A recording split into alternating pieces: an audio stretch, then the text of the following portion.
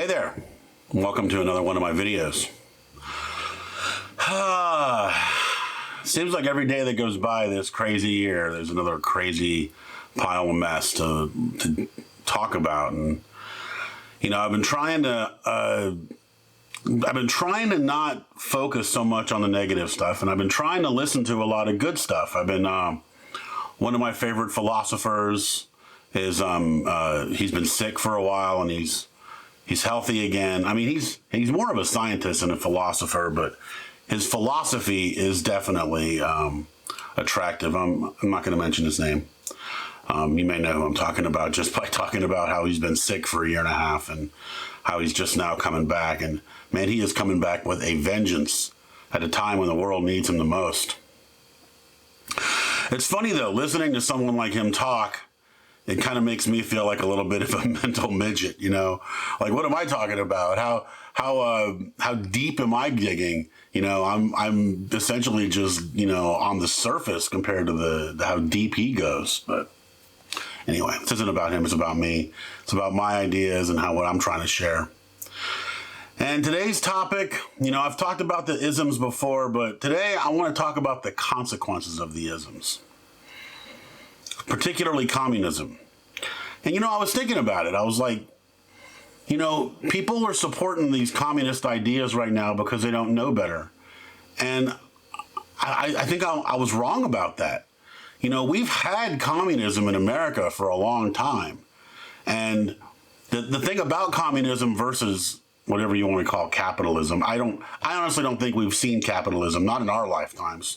You know, we've seen cronyism and fascism and authoritarianism, and, you know, they've circled around capitalism, but a truly free market without government interference, we haven't seen it.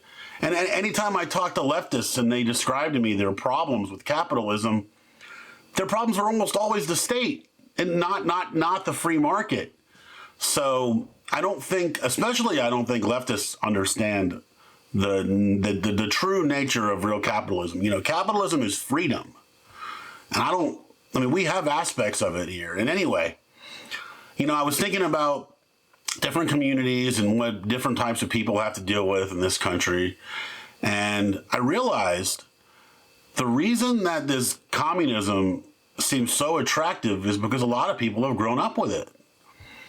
You know, if you really think about it, on some level, and I'm not saying it's entirely like the Soviet Union was, for example, but on some level, you know, Native American reservations are essentially communist. They're little communes that exist within the larger nation. Now, they have their own policing, and I'm not sure all of them do, but they have their own policing. They have their own laws, which, you know, that's what allows them to run gambling and certain other aspects of law that don't exist outside the reservations. So, you know, that's kind of communism, especially because most of the people within those little enclaves are supported by the state and supported by the reservation itself. And then, you know, if you look at, you know, what do they call them?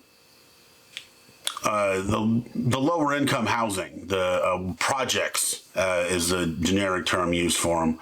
You know, a lot of poorer people, a lot of black people, you know, if you want to talk about racial division, you know, a lot of these folks live in those worlds, and that's communism too.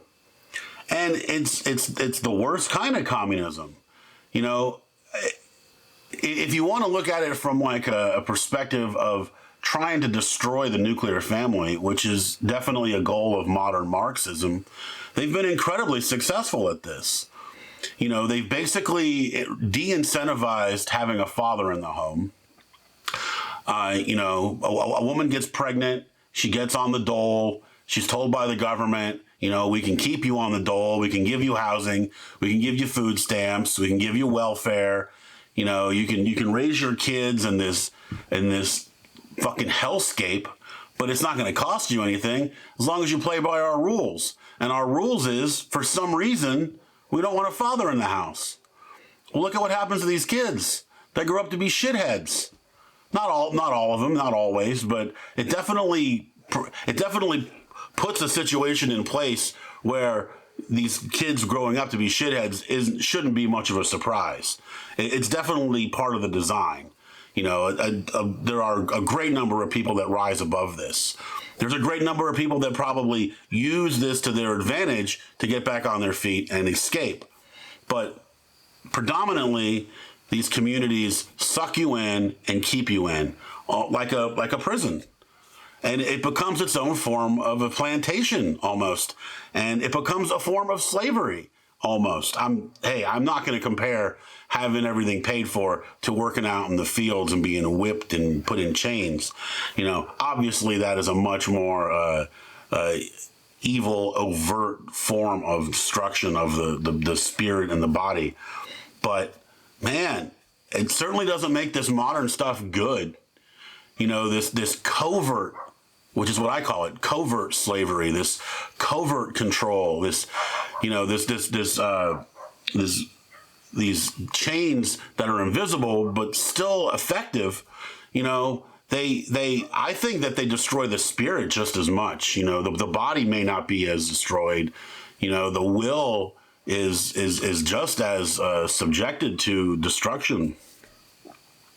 So I feel like we've already had experiments with communism in America, you know, and I think these experiments have been absolute fucking failures. And I don't think that we should be out here trying to spread it further. I think we should be trying to undo some of this stuff. You know, I think we should be trying to get the fathers back into these homes. I think we should be, you know, trying to build these communities up instead of keeping them, you know, just at a subsistence level. So, you know, so obviously that's the topic today, but I wanted to go a little bit deeper and talk about corporate support for all this communist ideas. So, I've noticed a couple of the companies that I like doing business with. You know, I'm an independent entrepreneur, and I like to work with companies that work with small businesses. And ever since this whole Black Lives Matter movement has taken hold this summer, I've seen many companies that I like to do business with decide to get political and virtue signal, and you know, they want to proclaim Black Lives Matter, and it's like, you know, when I hear Black Lives Matter, and I've said this before in my other videos, my first response is, duh. Of course they matter. All lives matter. All life matters. You know, it's not just humans. You know, you talk about white supremacy, white superiority, whatever, all that nonsense. You know, we're all guilty of human superiority and human supremacy. You know, we like to think that we're above animal life, that we're above all the other creatures on this planet. And we like to think that we live in some kind of bubble outside of them. And I got to tell you, we're essentially a power grid away from living just like a lot of animals. And I got to tell you, these corporations that try to sponsor all this communism, you know, it makes me wonder about these people that think that they're some kind of revolutionaries. They think that they're gonna that these giant corporations being on their side somehow makes them counter-revolutionaries or some sort. You know, think about it this way. Governments excel at violence. Corporations excel at exploitation. If you think that by partnering up with them that you're going to somehow turn the tables on them and overcome their superiority with your own violence or your own exploitation, if you think you're going to turn around on them, you're a bigger fool than anybody else thinks. You know, you are such a fool. And I tell you what, if you really are the kind of revolutionary that would be trying to do something like that, they know exactly who you are.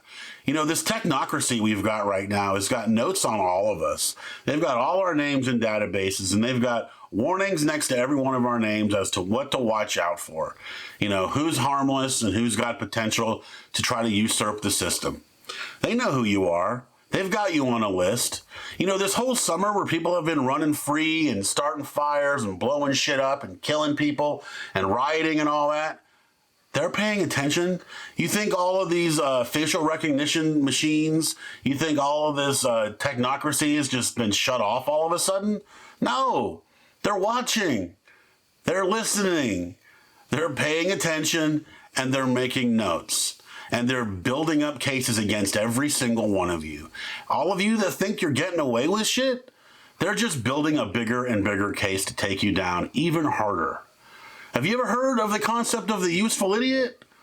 You are living it right now if you think you're some kind of communist revolutionary. If you think you're trying to install Marxism for your own benefit, you're a fool. If Marxism, communism, if it comes to rule in this nation, it's going to crush you. You're not going to crush it. You're not going to get away with shit. You're going to be destroyed by these people. That's their plan. I kind of feel sorry for you if you really think that you're going to overcome these governments that are experts at violence. And if you think you're going to overcome these corporations that are experts at exploitation. If you really think you're smarter than them, man, you're dumb. So my advice is sit back and wait and see. You know, feather your own bed. Make your own situation more comfortable for yourself, assuming that everything falls apart. And if everything doesn't fall apart, hey, more the better. But if you're out there trying to start shit, mix things up, break things, blow things up, burn things down, man, you've probably already fucked yourself. Think about that. So I don't know what to tell you to do now, but look around at these giant corporations that are supporting your Marxism, that are supporting your Antifa and your Black Lives Matter. Take a look at these companies and ask yourself why. How are they going to benefit? How would a corporation benefit from Marxism? Well, it's control. They're already controlling you, right?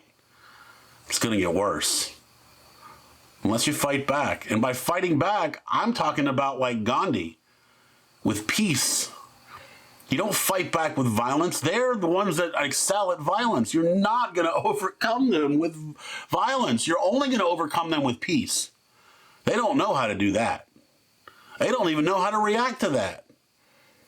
Go study India in the 20th century and how they got rid of the British. That's really the only hope we've got to overcome the authoritarianism that's coming. So, yeah. All right, y'all. I love you. I mean it. Until next time.